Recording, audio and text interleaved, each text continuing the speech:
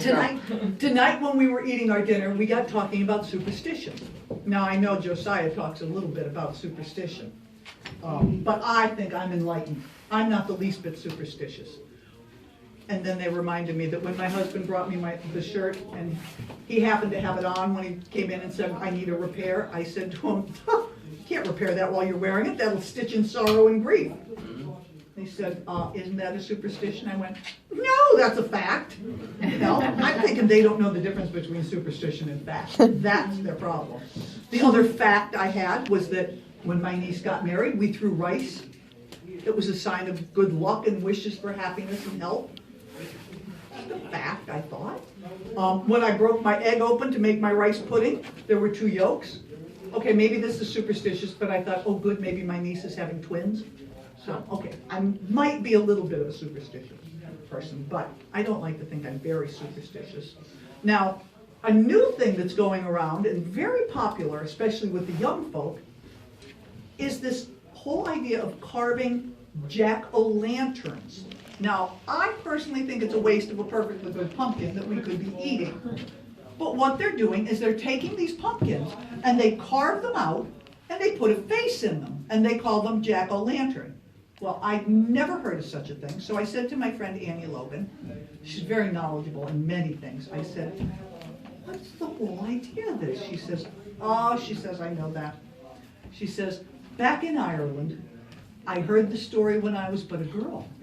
She said there was a man named Jack. He was a bit of a ne'er-do-well. He was a blacksmith, but he liked to go to the bar in the evening. So he gets down to the tavern the one night, and he says, oh, I've forgotten my wallet. I have no money.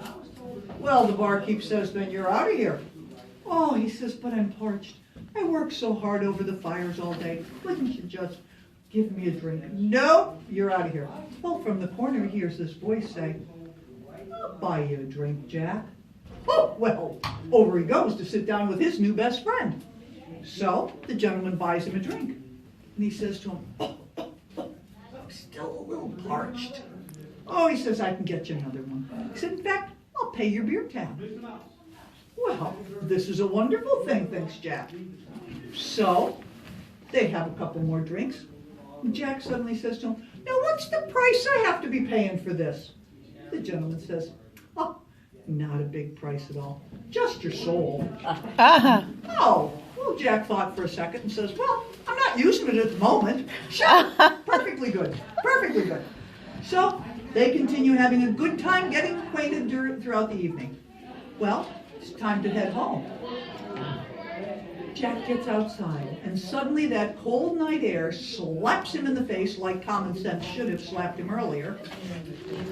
And he goes, oh dear, maybe not such a good deal I've made. Well, the devil says, what? Nothing. He says, now Jack, you made a deal with me. Oh yes, and I'm a man of my word. I would never go back on my word. My word is my bond. But you can't ask me to go off with you without my hat. Well, where's your hat? Hooligans came by earlier and threw it to the top of that tree. The devil says, not a problem, I'll get it. So slick as you can guess, up the tree goes the devil. Well, slicker was Jack. Out comes his knife, he carves a big cross in the tree and says, ha! Devil can't cross a cross. So home he skips. Well, time catches up with Jack and he passes away. Up to heaven he goes. He's met at the pearly gates by the Lord himself. He says, well, greetings, Lord. Good to see you. I'll be coming in now. And the good Lord says to him, oh, no, I think you'll not be. You willingly made a deal with the devil. Oh, well, it's just that one time. Well, that one time's all it took. Well, okay, I've already met him, so I might as well go down and visit him again. So, off he skips. Down to the gates of hell he goes. Well, this time who meets him at the gates? But the devil himself. So old Nick says to him, oh, Jack, it's nice to see you again. He says, yeah, I'll be coming in. No. He says, you fooled me once. He says, you don't get a second chance. And he proceeds to start to slam the gates of hell. Well, just as he's slamming the gates, Jack reaches down, grabs a half-eaten turnip, scoops up some hot coals, because he thinks, now I have to go through eternity with nothing but a turnip for my lantern. So, off he goes. No gate, heaven or hell, open to him ever again. So he proceeds to roam the earth. Well, eventually he hears tales of America. Now, how he got from Ireland to America, I'm not exactly sure of his travel plans, but he got here. And he got here in the fall, when our beloved pumpkin is so abundant. Well, he sees that pumpkin, and he says, this is perfect.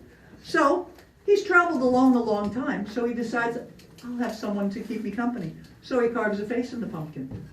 So now he puts his hot coals inside the pumpkin and he carries it along. Now he's got a friend with him, but he's made it kind of an ugly face because he wants to remember his foolishness in trusting someone he should have never trusted in the first place. So he carries his lantern with him wherever he goes. Now he left behind this lantern, which was his original. So I got to have his original lantern with his hat that the devil got him eventually, I'm sure. So I thank you for coming by. Thank you. Be careful when you go out tonight because there are plenty of lanterns out there. And if you see one of those jack-o'-lanterns, be very careful because Jack could be with it. And I'm not sure that he's still not a tricky soul looking for somebody to maybe take his place. So be very careful on your travels this evening.